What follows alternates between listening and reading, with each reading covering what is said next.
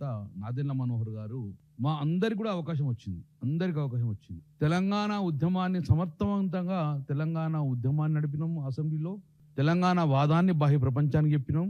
తెలంగాణ ఉద్యమానికి వేదికగా మేము అసెంబ్లీ ఇచ్చిన కూడా ఏ రోజు మమ్మల్ని నిర్బంధం చేయలే మనోహర్ గారు. ఎందుకంటే మాకు స్వేచ్ఛనిచ్చిండు.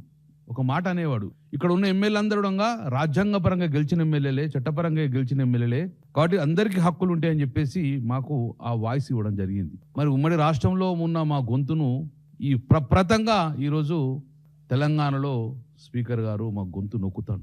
మళ్ళీ పాత రోజులు జ్ఞాపకం వస్తున్నాయి. ప్రణయ్ భాస్కర్ గారు తెలంగాణ ఉద్యమం అంటేనే, తెలంగాణ అంటేనే కూడా గొంతును తెలంగాణ అనొద్దు, మీరు తెలంగాణ అనే వర్డ్ అనవడద్దు, వెనుకబడిన కులాల ప్రాంతం అంటేనే మైక్ ఇస్తా, లేకుండా మైక్ కడియేస్తా అని ఆ రోజు ధిక్కరించింది మేము విన్నాము. ఇప్పుడు కల్లారా 10 సంవత్సరాలు కేసీఆర్ గారు ముఖ్యమంత్రి ఉన్నప్పుడు అందరికీ స్వేచ్ఛని ఇవ్వాలి అని చెప్పేసి అద్భుతంగా జానారెడ్డి గారు కానీ, ఉత్తమ్ కుమార్ రెడ్డి గారు కానీ, శ్రీబాబు గారు బట్టి ఎంతసేపు మాట్లాడినవడం అంతసేపు అవకాశం ఇచ్చారు. కానీ ఈ రోజు ఒక్క స్పీకర్ గారు అనుచిత వ్యాఖ్యలు చేయలేదే.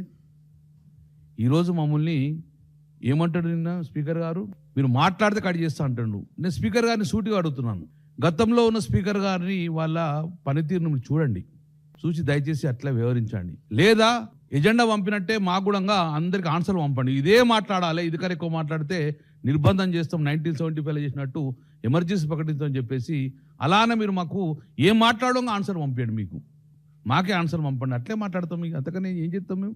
ఈరోజు ఈ దుస్థితికి తీసుకొచ్చిన మీరు, మేమైనా నామినేటెడ్ ఎమ్మెల్యేలు, మేము అందరం చట్టపరంగా, ప్రజాస్వామ్యబద్ధంగా, రాజ్యాంగపరంగా ప్రజలచే ఎన్నుకోబడిన ఎమ్మెల్యేలు మేము. మీరు మా గొంతు నొక్కే హక్కు మీకు లేదు. మీకు ఎక్కడ ఆ గొంతు నొక్కే హక్కు? మీ స్పీకర్ పర్మనెంట్ చైర్ కాదు కదా మీది. మా గొంతును మీరు గొంతు నొక్కే ప్రయత్నం ఎందుకు చేస్తుర్రు? మా వాయిస్ వినిపిస్తాం కదా. కాబట్టి స్పీకర్ గారు డెఫినెట్గా మీరు వ్యవహారశీలు మార్చుకోవాలి, మా గొంతు నొక్కే ప్రయత్నం మానుకోండి, మాకు స్వేచ్ఛనివ్వండి. ఉమ్మడి రాష్ట్రంలో మమ్మల్ని ఇంత నిర్బంధం చేయలేదు, ఉమ్మడి రాష్ట్రం మాకు గొంతు నొక్కలేదు. మేము కాలిపోయిన మోటార్లు, ప్రజా సమస్యలు కాలిపోయిన మోటార్లు తీసుకెళ్ళినాం, ఎండిన నారు తీసుకెళ్ళినాం, తెలంగాణ ఉద్యమంలో కూడా జరిగిన ప్లకార్డ్ తీసుకెళ్ళినాం. మరి ఈరోజు ఎందుకు ఏమైంది మీకు? ఎందుకోసం మా గొంతు నొక్కే ప్రయత్నం చేస్తున్నాం? స్పీకర్గా మీరు పక్షపాతం వహించకండి. ముఖ్యమంత్రికో రూలు, మాకో రూల్ ఉన్నది. అక్కడ ఉన్న సుమారు 119 మందిలకు అందరికీ ఒకటే సమాన హక్కు ఉంటుంది.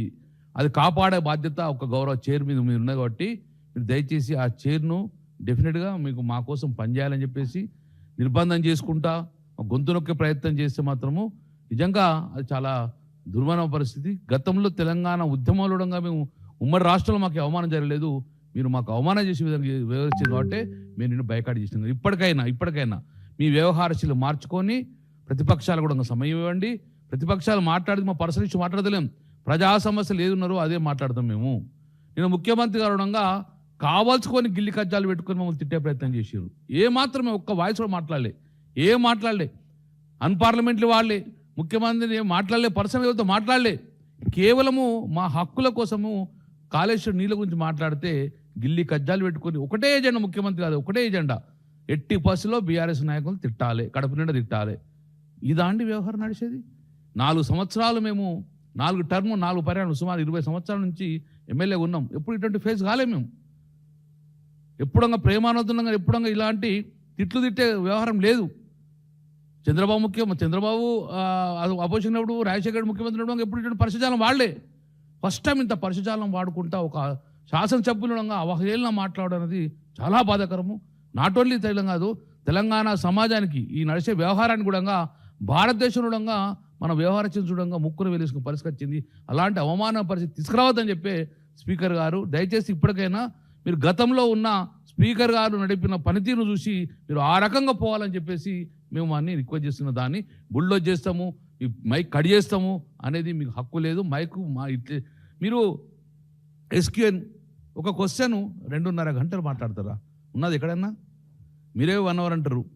నువ్వు వేరే ఫామ్లో రావచ్చు కదా, దాన్ని తీసుకోవచ్చు కదా, తీసుకురారు. ఎజెండా కూడా మాకు నిన్న ముద్ర ఇస్తారు. ఎజెండా ఎప్పుడన్నా 1 డే ముందు వస్తుందా? ఎజెండా సేమ్ డే వస్తుందా? ఎప్పుడు మేము చదువుకుంటాం?